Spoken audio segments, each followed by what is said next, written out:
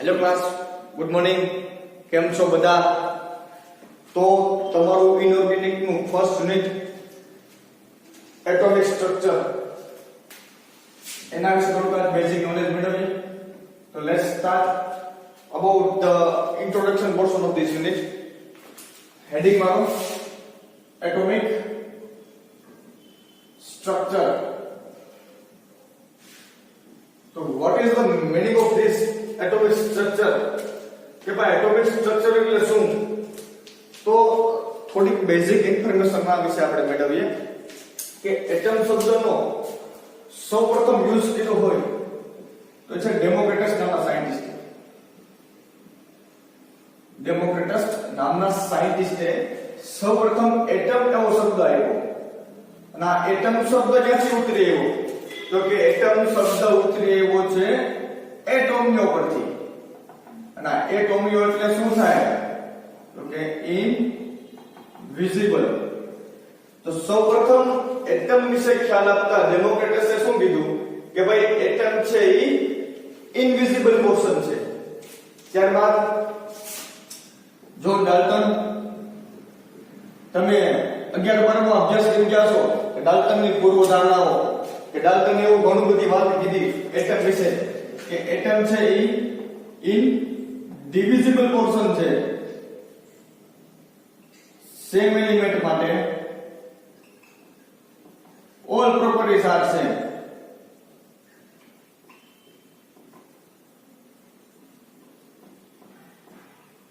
કે એટમની વધારે માહિતી આપતા ડાલ્ટને શું કીધું કે એટમ છે એ ઇનડિવિઝિબલ છે.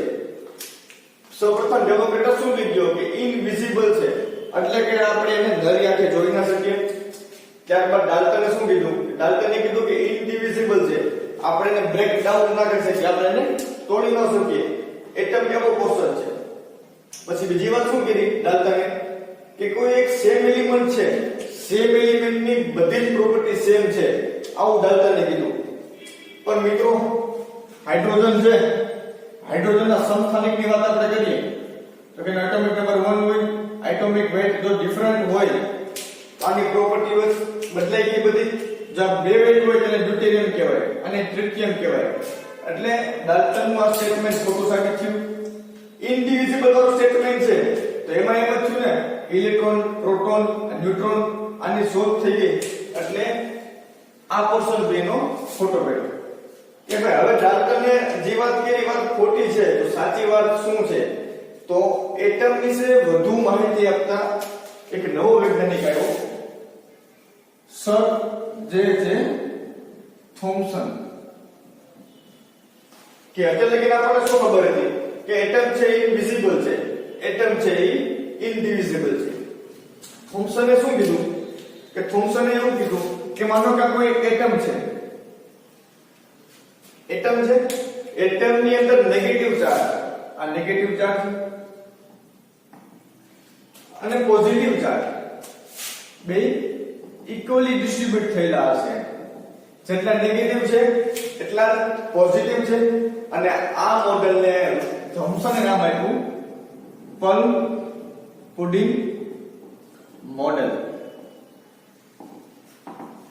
આપણે તરબૂચ ખાઈએ ને એવું જ આ એક મોડેલ છે. કારણ આને મોડેલ ને બીજું નામ પણ વોસરમેનન મોડેલ કહેવાય. કે ભાઈ તરબૂચનો જે રેડ ભાગ હોય ને, લાલ ભાગ, એને પોઝિટિવ ચાર્જ વડે અને જેના બી હોય એને નેગેટિવ ચાર્જ વડે ડિનોટ કર્યા. થોમ્સને શું કીધું કે ભાઈ એટમ છે, એટમ ખરેખર આવો છે, એની અંદર પોઝિટિવ અને નેગેટિવ ચાર્જ બે ઇક્વલી ડિસ્ટ્રીબ્યુટ થયેલા છે. અને થોમ્સને ઇલેક્ટ્રોનની શોધ કરી હતી, ડિસ્કવરી ઓફ ઇલેક્ટ્રોન. આ બધું તમારું બેઝિક ઇન્ફોર્મેશન છે. આવું કઈ આપણે યુનિટમાં કન્સિડર થયું. આ જસ્ટ ફોર બેઝિક નોલેજ છે. ત્યારબાદ રુથરફોર્ડ. મિત્રો તમે 10મા ધોરણમાં, 11મા અથવા 12મા ધોરણમાં રુથરફોર્ડ થી પરિચિત થયા છો. કે રુથરફોર્ડે શું કીધું હતું કે આ સોનાની વરખ છે, આ સોનાની વરખ ઉપર આલ્ફા રેસ નો મારો કર્યો, આલ્ફા રેસ. અને એને એવું એક્સપેરિમેન્ટની બાદમાં એને એવું કન્ક્લુઝન કાઢ્યું કે મોટા ભાગના આલ્ફા રેસ છે એમાંથી પાસ આઉટ થઈ ગયા અને કોઈ એક લાખે કોઈ એક આલ્ફા રેસ એ પાછું રિફ્લેક્ટ થયું એની ડિરેક્શનમાં. તો હવે આપણને ખબર શું પડે, સપોઝ કે આ આપણી સોનાની ગોલ્ડ પ્લેટ હતી. ગોલ્ડ પ્લેટ ની અંદર ગોલ્ડના આઇટમ્સ હોય. આ માનો કે ગોલ્ડના એટમ છે બધા. આ એટલો ભાગ છે માનો કે એને અહીંયા હું ઝૂમ કરું છું. આ એક ગોલ્ડનો એટમ, એમાંથી આલ્ફા રેસ ના રીતે પાસ આઉટ કર્યા બધા, અને majority alpha rays are passed by this atom. આઇટમમાંથી પાસ થઈ ગયા અને કોઈ એકાદો આલ્ફા રેસ, સપોઝ કે આ આલ્ફા રેસ આવે છે એ પાછું ડેવિએટ થયું. એટલે રુથરફોર્ડે એક એવું કન્ક્લુઝન કાઢ્યું એટમ વિશે કે એટમ છે, સપોઝ કે આ એટમનો બધો જ રિજિયન છે મોટા ભાગનો એ ભાગ ખાલી ભાગ છે અને એનું વેઇટ છે એના સેન્ટરમાં આવેલું છે. આઇટમનું સેન્ટર છે અને આઇટમના સેન્ટરમાં વેઇટ છે એવી વાત કરી રુથરફોર્ડે. અને આ જ સેન્ટરને નામ આપ્યું ન્યુક્લિયસ. રુથરફોર્ડે ડિસ્કવરી કરી કોની, શોધ કોની કરી, તો કે ભાઈ ન્યુક્લિયસની. અને ન્યુક્લિયસ અંદર પ્રોટોન રહેલા છે ને, આ પ્રોટોનની ડિસ્કવરી પણ કોને કરી, રુથરફોર્ડે. તો અહીંયા સુધી આપણે ભણ્યા કે ભાઈ એટોમિક સ્ટ્રક્ચર સૌપ્રથમ એટમ ઇનવિઝિબલ પોર્શન છે એવું કીધું ડેમોક્રેટસે. ત્યારબાદ ડાલ્ટને શું કીધું, ઇનડિવિઝિબલ પોર્શન છે. થોમ્સને કીધું કે પોઝિટિવ અને નેગેટિવ ચાર્જ ઇક્વલી ડિસ્ટ્રીબ્યુટ થયેલા છે. રુથરફોર્ડે એક્સપેરિમેન્ટ કર્યો, ગોલ્ડ પ્લેટ ઉપર આલ્ફા રેસનો મારો કર્યો. એને એવું ખબર પડી કે મોટાભાગનો રિજિયન ખાલી છે અને એટમનું જે સેન્ટર છે ત્યાં એટમનો વેટ રહેલો છે અને મોટાભાગનો આઉટર ન્યુક્લિયસ છે ખાલી છે. હવેથી રુથરફોર્ડે આ મોડેલ આપ્યું આપણને કે આ ન્યુક્લિયસ છે, આપણી ન્યુક્લિયસ છે આ, અને ન્યુક્લિયસની આજુબાજુમાં કે ઇલેક્ટ્રોન ફરતા હશે. આ મોડેલનું નામ આપ્યું રુથરફોર્ડે પ્લાનેટરી મોડેલ.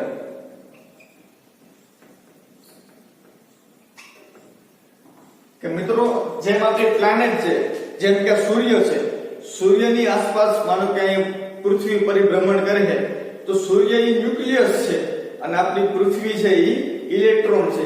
સેમ આ જ મોડેલ કે માનો કે આપણું ન્યુક્લિયસને ફરતે ઇલેક્ટ્રોન મૂવમેન્ટ આપે છે. તો આ વાત થઈ મિત્રો ઇલેક્ટ્રોનની.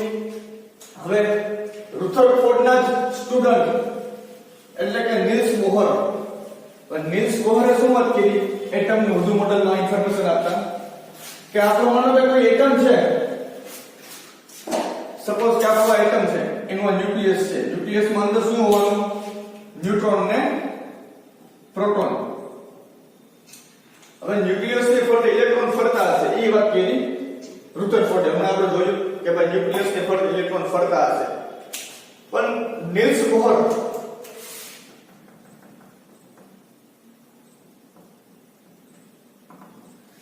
બોહર શું કહી ગયો કે ભાઈ આ ન્યુક્લિયસ છે, ન્યુક્લિયસની ફરતે કોઈ ફિક્સ પાથ એવો હશે કે માનો કે આટલો રિજિયન છે, કોઈ આ રિજિયનની અંદર ઇલેક્ટ્રોન મૂવમેન્ટ આપી શકશે. અને આ રિજિયનને સમજાવવા માટે એને એક સ્ટેટમેન્ટ આપ્યું. સ્ટેટમેન્ટ કંઈક આવું છે કે ઇલેક્ટ્રોન કોઈ એવા જ પાથ ઉપર મૂવમેન્ટ આપશે કે જેનું એન્ગ્યુલર મોમેન્ટમ, એન્ગ્યુલર મોમેન્ટમ એટલે શું થાય કે mvr h/2 ના વોલ નંબરમાં આવવું જોઈએ.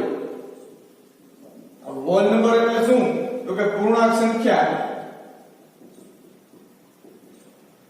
કે જ્યાં 1 2 3 પોઝિટિવ અને પૂર્ણાંક સંખ્યાના ગુણાકારમાં આ ટર્મ આવે એવી જગ્યા પર ઇલેક્ટ્રોન એક્ઝિસ્ટ કરી શકે. નીલ્સ બોહરે શું વાત કરી કે એન્ગ્યુલર મોમેન્ટમ એટલું થાય ત્યાં જ મોમેન્ટ આપી શકે. હવે આપણે એને સમજીએ. માનો કે આપણું આ ન્યુક્લિયસ છે, ન્યુક્લિયસ થી અહીંયા ક્યાંક અંતરે આ nh/2π આ n છે 1 ના ગુણાકારમાં એવો છે. સપોઝ કે પછીનો થોડો રિજન ખાલી લ્યો, અહીંયા ક્યાંક ઇલેક્ટ્રોન ફરતા હશે, અહીંયા ક્યાંક ઇલેક્ટ્રોન મૂવમેન્ટ આપતા હશે. તો કે આવી એક એને સેલ બનાવી, સેલને નામ આપ્યું કે સેલ, આને કીધી L સેલ, આને કીધી M સેલ. નીલ્સ બોહરે શું કીધું કે ભાઈ ઇલેક્ટ્રોન છે, ઇલેક્ટ્રોન ગમે ત્યાં ફરી શકે તો એની પાસે ફ્રીડમનેસ નથી, એટલે એ બંધાયેલો છે કે ન્યુક્લિયસની ફરતે એવા કોઈ પર્ટિક્યુલર રીજન, આ રીજન નામ આપ્યું ઓર્બિટ. નીલ્સ બોહરે ઓર્બિટ નામ આપ્યું કે એવી કક્ષામાં ઇલેક્ટ્રોન મૂવમેન્ટ આપી શકશે કે જ્યાં એનું એન્ગ્યુલર મોમેન્ટમ nh/2π થવું જોઈએ where n is principal quantum number you know very well. આ થોડી બેઝિક વાત થઈ કે સૌપ્રથમ તો જે થોમ્સને મોડેલ આપ્યું પ્લમ પુડિંગ મોડેલ, ત્યારબાદ રુથરફોર્ડે મોડેલ આપ્યું પ્લાનેટરી મોડેલ અને નીલ્સ બોહરનું એન્ગ્યુલર મોમેન્ટમ વાળું મોડેલ. આ ત્રણેય મોડેલો પરથી આપણને ખ્યાલ આવ્યો કે ઇલેક્ટ્રોન છે ઇલેક્ટ્રોનની પાર્ટિકલ ફોર્મમાં એક્ઝિસ્ટ કરે છે. પણ હવે મિત્રો એટમની અને ઇલેક્ટ્રોનની વધુ ડેફિનેશન આપતા શ્રોડિંજરે શું કીધું કે ઇલેક્ટ્રોન છે એ ખરેખર વેવ ફોર્મમાં બી એક્ઝિસ્ટ કરે છે. ઇલેક્ટ્રોન છે એ વેવ ફોર્મમાં એક્ઝિસ્ટ કરે છે. હવે આ વેવ ફોર્મ એટલે શું, પાર્ટિકલ ફોર્મ એટલે શું, એના વિશે થોડો બેઝિક ખ્યાલ સમજીએ. પણ શ્રોડિંજરે શું કહ્યું કે ઇલેક્ટ્રોન છે એ વેવ ફોર્મમાં એક્ઝિસ્ટ કરે છે. તો મિત્રો દુનિયાની કોઈ પણ એનર્જી હોય ને એ ત્રણ ફોર્મમાં એક્ઝિસ્ટ કરતી હોય. આ જસ્ટ ફોર ઇન્ફોર્મેશન હો કે કાં તો એનામાં કન્ડક્શન જોવા મળતું હોય, કાં તો એનામાં કન્વેન્શન જોવા મળતું હોય ને કાં તો મિત્રો એમાં રેડિયેશન જોવા મળતું હોય. કન્ડક્શન થવા માટે સોલિડ ફેઝ જોઈએ, કન્વેન્શન માટે લિક્વિડ યા તો ગેસિયસ ફેઝ ચાલે, આના માટે નો મીડિયમ. હવે આ વાત શું કહે મિત્રો કે કન્ડક્શન થવું એટલે શું, માનો કે આ એક લોખંડનો સળિયો છે, લોખંડના સળિયાને અહીંથી હું હીટ આપું આ એન્ડથી, તો આ બાજુનો ભાગ થોડાક સમય અંતરે મને ગરમ લાગશે. એનું રીઝન શું, અહીંથી મેં હીટ એપ્લાય કરી અને હીટ ટ્રાન્સફર થઈ અહીંયા. મિત્રો ખાલી હીટ જ ટ્રાન્સફર થઈ છે, મોલિક્યુલ ટ્રાન્સફર નથી થયા. આને શું કહેવાય, કન્ડક્શન થયું કહેવાય. કન્ડક્શન દ્વારા હીટ ટ્રાન્સફર થઈ કહેવાય. હવે કન્વેક્શનની વાત કરીએ. સપોઝ કે આ એક પાણીનો બીકર છે, આ પાણીના બીકરને જેથી હું હીટિંગ આપું, માનો કે બર્નર સ્ટાર્ટ કરી દઉં અહીંથી નીચેથી, તો પાણી ગરમ થશે. જેવું નીચેનું પાણી ગરમ થશે નીચેનું પાણી ઉપર આવશે અને ઉપરનું ઠંડુ પાણી નીચે આવશે. આમાં મોલિક્યુલ ગરમ મોલિક્યુલ ઉપર ગયા અને ઠંડા મોલિક્યુલ નીચે આવ્યા. કે આમાં એનર્જીનું ટ્રાન્સફોર્મેશન થયું એ મોલિક્યુલની સાથે થયું. એવા ટ્રાન્સફોર્મેશનને કહેવાય કન્વેન્શન.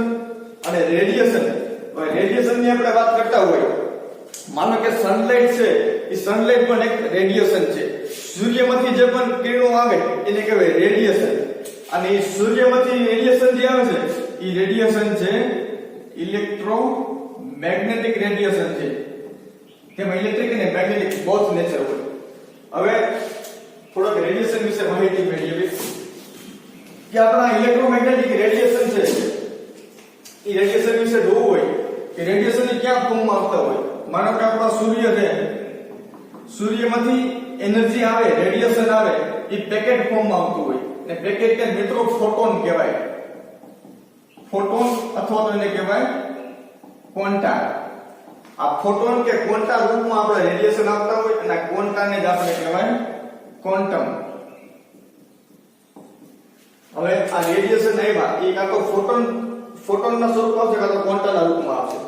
હવે રેડિયેશન છે એ રેડિયેશનની એનર્જી કેટલી હશે, તો કે રેડિયેશન એનર્જી સમજાવવા માટે પ્લાન્કે થિયરી આપી કે રેડિયેશન એનર્જી E = h * μ. મિત્રો આ મ્યુ છે, તમારી બીએસસી ની બુકમાં મે બી આને વેલિડિટી 20% પર કે થોડુંક મ્યુ જેવું જોડજો આમ. where h is a Planck constant જેની વેલ્યુ થાય 6.626 10⁻27 પાવર. અને આ શું છે, એ છે ફ્રીક્વન્સી છે.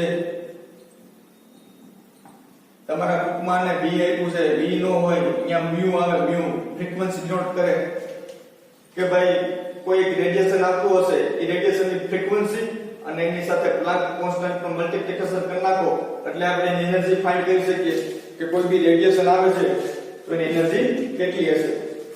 હવે પ્લાન્ક થિયરી એવી, પ્લાન્કે એક આવું સ્ટેટમેન્ટ આપ્યું કે E = h * μ. μ એટલે ફ્રીક્વન્સી છે. સપોઝ કે આપણું કોઈ એક વેવ છે, આ વેવ, આ વેવ ઘણું લાંબુ હોય તો એનું જઈને આ વેવ છે. હવે વેવ નું એક અહીંથી તમે કરો, સ્ટાર્ટ કરો અહીંથી, અહીંયા એક ઓસિલેશન પૂરું છું કહેવાય. તો આવા ઓસિલેશન 1 સેકન્ડમાં કેટલા થાય ને એને જ કહેવાય ફ્રીક્વન્સી. તો ઓસિલેશન પર સેકન્ડ એટલે કે ફ્રીક્વન્સી. તો કે 1 સેકન્ડમાં કેટલા ઓસિલેશન થાય એને કહેવાય ફ્રીક્વન્સી. અને ફ્રીક્વન્સી ને આપણે દર્શાવવું હોય તો ફ્રીક્વન્સી ઇઝ ઇક્વલ ટુ c/લેમ્બડા. લેમ્બડા એટલે વેવલેન્થ. આ જે આપણું વેવ ની લેન્થ કેટલી છે ઈ. ઇન શોર્ટ મારે વેવલેન્થ ડેફિનેશન આપવી હોય તો કે distance travel by one wave એને કહેવાય વેવલેન્થ. વેવલેન્થ કાં તો સેન્ટીમીટરમાં હોય મીટરમાં હોય જેવડું વેવ એના પર ડિપેન્ડ કરતું હોય. તો અહીંયા c છે, c is equal two velocity of light. મિત્રો આ જે સૂર્યમાંથી જે રેડિયેશન માંથી એની ગતિ કેટલી હોય, સ્પીડ કેટલી હોય તો કે 3 લાખ 1 2 3 4 5 3 લાખ કિલોમીટર પર સેકન્ડ. 1 સેકન્ડમાં 3 લાખ કિલોમીટરનું ડિસ્ટન્સ ટ્રાવેલ કરી શકે એટલી એની સ્પીડ હોય. અને કિલોમીટરને જો મીટરમાં ડિનોટ કરું તો 3 × 10⁸ મીટર પર સેકન્ડ. આ છે રેડિયેશનની વેલોસિટી. ત્યારબાદ frequency. Frequency is equal to c/લેમ્બડા અને lambda is equal to wavelength. તો પ્લાન્કની થિયરી મુજબ E is equal to h * c/લેમ્બડા. કે આવી બેઝિક માહિતી આપણે જોઈ કે ભાઈ પ્લાન્કની થિયરી હતી, થિયરી ક્યાં બેઝ ઉપર કામ કરે છે. હવે આપણે વાત કરીએ હેડિંગ માં ડ્યુઅલ નેચર ઓફ ઇલેક્ટ્રોન. તો કે સ્ટાર્ટિંગ થી આપણે જોઈએ જો કે Democritus, Rutherford, John Dalton, Thomson, Niels Bohr આ બધા સાયન્ટિસ્ટોએ વાત કરી કે ઇલેક્ટ્રોન છે પાર્ટિકલ ફોર્મમાં એક્ઝિસ્ટ કરે છે. પછી એવો શ્રોડિંજરે શું કીધું કે ઇલેક્ટ્રોન છે એક વેવ ફોર્મમાં એક્ઝિસ્ટ કરે છે. પછી ડી બ્રોગલીએ એવું કીધું કે ઇલેક્ટ્રોન છે એ વેવ ફોર્મમાં પણ છે અને પાર્ટિકલ ફોર્મમાં છે. આ ઇલેક્ટ્રોન છે એ બોથ ફોર્મમાં એક્ઝિસ્ટ કરે છે. અને આજ તમારો ફર્સ્ટ ટોપિક છે કે dual nature of electron. It means કે ઇલેક્ટ્રોન ઇન બોથ ફોર્મમાં એક્ઝિસ્ટ કરે છે. એ વેવ ફોર્મમાં પણ એક્ઝિસ્ટ કરે છે અને પાર્ટિકલ ફોર્મમાં પણ એક્ઝિસ્ટ કરે છે. આમ ડી બ્રોગલીએ એવું કીધું કે ઇલેક્ટ્રોનની આ ડ્યુઅલિટી પ્રોપર્ટીઝ છે એવું કીધું. જો ઇલેક્ટ્રોન છે વેવ નેચરમાં બિલોંગ કરતો હોય, ઇલેક્ટ્રોનની પાસે જો વેવ નેચર હોય આ રીતનો તો એની કઈક વેવલેન્થ હોય અને ઈ વેવલેન્થ નું ઇક્વેશન આપ્યું ડી બ્રોગલીએ. તો મિત્રો આને જ કહેવાય ડી બ્રોગલી ઇક્વેશન. આ ડી બ્રોગલી ઇક્વેશન છે. આ ડી બ્રોગલી ઇક્વેશન મેં શું કીધું કે lambda is equal to wavelength, આ પ્લાન્ક કોન્સ્ટન્ટ છે, આ માસ of electron, velocity of electron. આ રીતનો કઈક ઇક્વેશન આપણા યુનિટમાં આપેલું છે. હવે ઇક્વેશન એવું ક્યાંથી તો કે થોડોક સમય પહેલા આપણે ચર્ચા કરી હતી કે પ્લાન્ક થિયરી રેડિયેશન ક્યાંથી આવે તો કે સનલાઇટ માંથી માનો કે કોઈ રેડિયેશન આવતા હોય તો કાં તો એ ફોટોન સ્વરૂપમાં આવે કાં તો એ ક્વોન્ટાના રૂપમાં આવતા હોય. આ ફોટોનની એનર્જી કેટલી હોય તો કે energy is equal two hv. પછી મિત્રો તમે ફિઝિક્સનો અભ્યાસ કર્યો છે 11 ધોરણમાં, એમાં આઈન્સ્ટાઈનની થિયરી હતી કે E is equal to mc². It means E એટલે એનર્જી, માસ અને વેલોસિટી ઓફ લાઇટ. હવે આ ઇક્વેશન 1 અને ઇક્વેશન 2 આ બેને હું કમ્પેરીઝન કરું તો h * c/લેમ્બડા is equal to mc². c cancel out, બાકીનું બધું લખી નાખીએ h/લેમ્બડા is equal to mc. Lambda ને અહીંયા જવા દો, mc પદ નાખો અહીંયા આવતો h/mc is equal two lambda. અહીંયા આપણે વાત કરી છે મને કે લાઇટ ની વેલોસિટી ની વાત કરી છે ને, તો અહીંયા velocity of light same equation અહીંયા છે. અહીંયા શું વાત કરી છે મિત્રો વેલોસિટી ઓફ ઇલેક્ટ્રોન. આ v છે એવું દર્શાવે છે તો કે વેલોસિટી ઓફ ઇલેક્ટ્રોન અને અહીંયા c છે ઈ વેલોસિટી ઓફ લાઇટ. તો કે આ રીતના ઇક્વેશન આવ્યું ડી બ્રોગલી નું. ફ્રેન્ચ સાયન્ટિસ્ટ હતા ડી બ્રોગલી. એના રીતનું એક ઇક્વેશન આપ્યું કે ભાઈ ઇલેક્ટ્રોન નો ડ્યુઅલ નેચર છે કે વેવલેન્થ છે તો એની વેવલેન્થ ફ્રીક્વન્સી ઇક્વેશન કેટલું આ બધી માહિતી મળી. કઈ ડી બ્રોગલી ઉપરથી. હવે માનો કે આ ઇક્વેશન છે ડી બ્રોગલીનું. ઇક્વેશનને થોડું વધારે સમજીએ. એક એક્ઝામ્પલ લઈએ કે ઇલેક્ટ્રોનમાં કેમ આવો ડ્યુઅલ નેચર, બીજી કેમ કોઈ ફિઝિકલ વસ્તુમાં આવો ડ્યુઅલ નેચર નહીં. તો એના માટે માનો કે આપણી પાસે એક ટેનિસનો બોલ છે. ટેનિસનો બોલ હું તમારી બધું ઘા કરું તો ટેનિસના બોલની મૂવમેન્ટ, એની સ્પીડ કઈ રીતની હશે? તો ટેનિસનો બોલ કાં તો આમ સ્ટ્રેટ તમારી બાજુ આવશે, કાં તો ઊંચો ઉછાળું તો આ રીતના પડશે. બોલ ક્યારેય આવું મૂવમેન્ટ નહીં આપે. આવું શું કામ નહીં? તો આ ઇક્વેશન પરથી આપણને ખબર પડે. એ એટલે શું થાય? પ્લાન્ક કોન્સ્ટન્ટ થયું અહીંયા. એ એટલે પ્લાન્ક કોન્સ્ટન્ટ. આ ઇક્વેશનમાં વેલ્યુ મૂકો, માનો કે લેમ્બડા ઇઝ ઇક્વલ ટુ એટલે Planck constant near about 6.6 * 10⁻34. A means mass of electron, suppose કે 9.1 * 10⁻31. velocity of electron is near about 10⁻20 meter per second. આવી કંઈકની વેલ્યુ હોય. આ બધાનું તમે કેલ્ક્યુલેશન કરો એટલે is gives near about 975 nanometer. આવી કંઈક એની કેલ્ક્યુલેશન આવે. ઇટ મીન્સ કે ઇલેક્ટ્રોનની આપણે જ્યારે વાત કરતા હોય ત્યારે ઇલેક્ટ્રોનની કઈક ફ્રીક્વન્સી કઈક નેનોમીટરમાં ની વેવલેન્થ થાય. કોઈની વેવલેન્થ થતી હોય તો માનો કે વેવ છે, આટલી તેની વેવલેન્થ હોવી જોઈએ તો એનું વેવ આપણને ખબર પડે આનું કંઈક વેવ એક્ઝિસ્ટ કરે છે. પણ આમાં માનો કે હું બોલની વાત કરું, ટેનિસ બોલની. ટેનિસ બોલમાં શું થાય તો પ્લાન્ક કોન્સ્ટન્ટ એમ રહેવાનું. માનો કે બોલનું વજન 100 ગ્રામ છે, 0.1 કિલોગ્રામ. એની સ્પીડ જો તો મેક્સિમમ સ્પીડ 20 મીટર પર સેકન્ડ ની જાય. તમે આનું કેલ્ક્યુલેશન કરો ને મિત્રો, આ રકમ ખૂબ જ નાની આવે. કારણ કે જેમ છેદ મોટો થાય ને એમ એની રકમ, એની કિંમત ઘટતી જાય. અહીં તમે છેદ જુઓ 10⁻31 કેજી, અહીંયા 0.100 કેજી. ઇટ મીન્સ કે આ ફ્રીક્વન્સી આપણે કોઈ દિવસ એને મહેસૂસ જ ના કરી શકીએ. It can't B determined. આ ફ્રીક્વન્સી દેખી ન શકીએ. એટલે આપણે જ્યારે બોલ કે આપણે કોઈ દરિયા કે પદાર્થ જોઈએ છે, માનો કે માર્કરનો ઘા કરું, બોલનો ઘા કરું, ડસ્ટરનો ઘા કરું, આ બધી વસ્તુમાં આપણે ખાલી પાર્ટિકલ ફોર્મ દેખાતું હોય, એમાં આપણે વેવ ફોર્મ કોઈ દિવસ જોઈ ના શકીએ. શું કામ? એની ફ્રીક્વન્સી ખૂબ નાની હોય. એટલે ઇનસિગ્નિફિકન્ટ વેલ્યુ કહેવાય. એ વેલ્યુની કોઈ ડિટરમિનેશન થતું જ ન હોય. So that's why this type of wave properties are only shown in electron or electron like microscopic particle. કે ઇલેક્ટ્રોન અથવા ઇલેક્ટ્રોન જેવા જે માઇક્રોસ્કોપિક પાર્ટિકલ હશે ને એમાં જ્યારે તો જોવા જોવા મળશે કે જેમાં શું રિયો નેચર હશે તો એ વેવ ફોર્મ પણ એક્ઝિસ્ટ કરતો હશે અને પાર્ટિકલ ફોર્મમાં બી એક્ઝિસ્ટ કરતો હશે. આવી કંઈક વાત કરી ડી બ્રોગલીએ. ડી બ્રોગલીના ઇક્વેશન પછી આપણે વાત કરીએ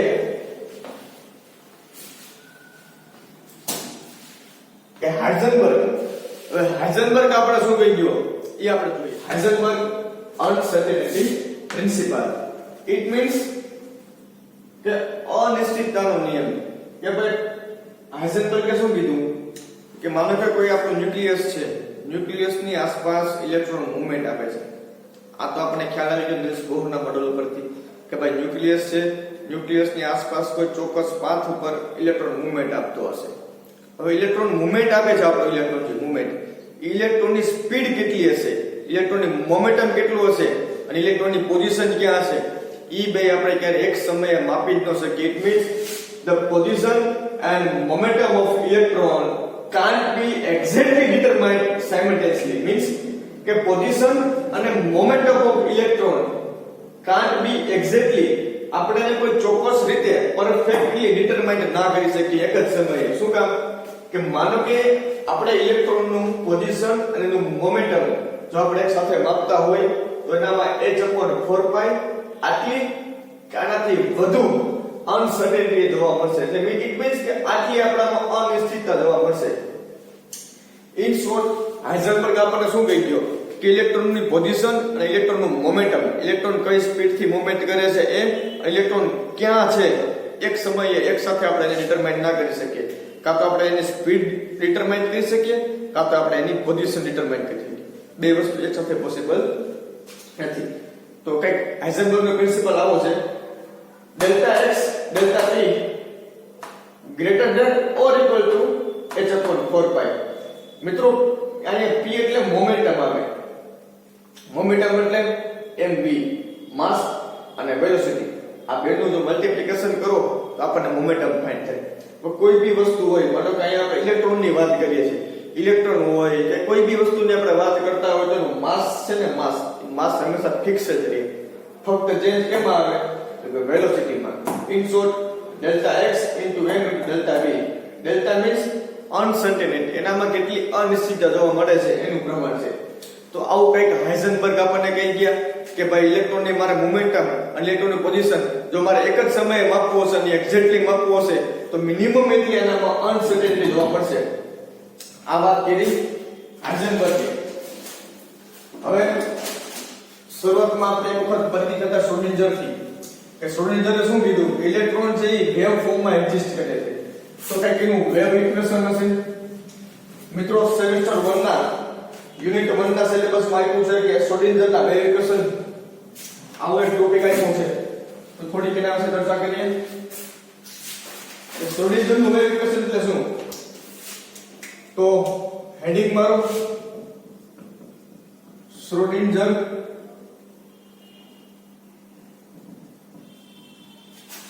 વેવ ઇક્વેશન. થોડો બેઝિક ખ્યાલ આપણે મેળવી લઈએ કે નીલ્સ બોહરે એવું કીધું હતું કે માનો કે આપણે ન્યુક્લિયસ છે, ન્યુક્લિયસની થોડોક અંતરે એટલે કે જ્યાં એનું એંગ્યુલર મોમેન્ટમ nh/2π થતું હશે એવા રિજિયનમાં ઇલેક્ટ્રોન મૂવમેન્ટ આપતો હશે. આવી વાત કરી નીલ્સ બોહરે. શ્રોડિંજર શું વાત કહી ગયો કે માનો કે આપણો આ ન્યુક્લિયસ છે.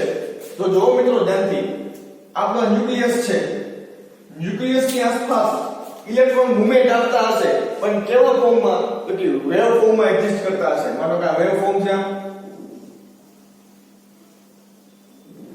પણ તેને એવું કીધું કે શ્રોડિંજર શું કીધું, માનો કે આ એનું સેન્ટર છે, આ માનો કે એની ઇલેક્ટ્રોન છે, ઇલેક્ટ્રોન ગમે બાજુ મૂવમેન્ટ આપી શકે. એવું નહીં કે પાર્ટિકલ ફોર્મમાં, માનો કે આ પાર્ટિકલ મૂવમેન્ટ આપતો હતો એ નહીં, એની વેવ ફોર્મ બી એક્ઝિસ્ટ કરતી છે આ રીતે.